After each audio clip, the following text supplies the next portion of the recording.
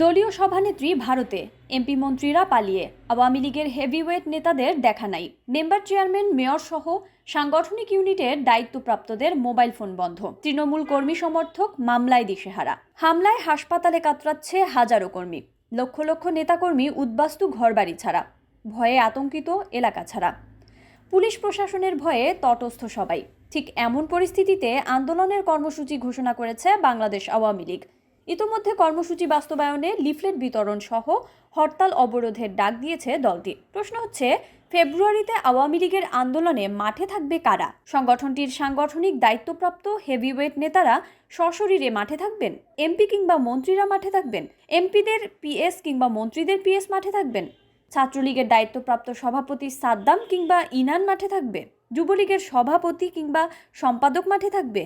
CRI young বাংলার কর্মীরা মাঠে থাকবে? গণবাংলার তাপস কি মাঠে থাকবে? গায়ক কিংবা নায়ক ফেরদৌস মাঠে থাকবে? মডেল, নায়িকা, লেখিকা কিংবা শিল্পী মমতাজ আন্দোলনে থাকবেন? খেলা হবে ডায়লগের জনক শামীম ওসমান কি মাঠে খেলবেন?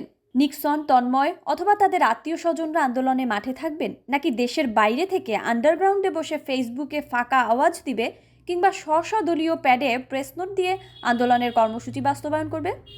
হাজারো প্রশ্নের বেড়াজালে আওয়ামী লীগের আন্দোলন।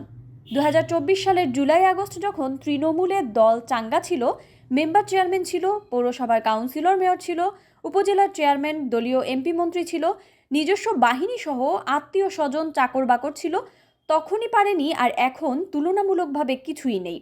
আছে শুধু ঘর ছাড়া, এলাকা ছাড়া হাজারো কর্মী সমর্থক যারা কিনা দলের পরিচয় দিতেই ভয় পায়। তাহলে কোন উপায়ে সম্ভব এই আন্দোলন?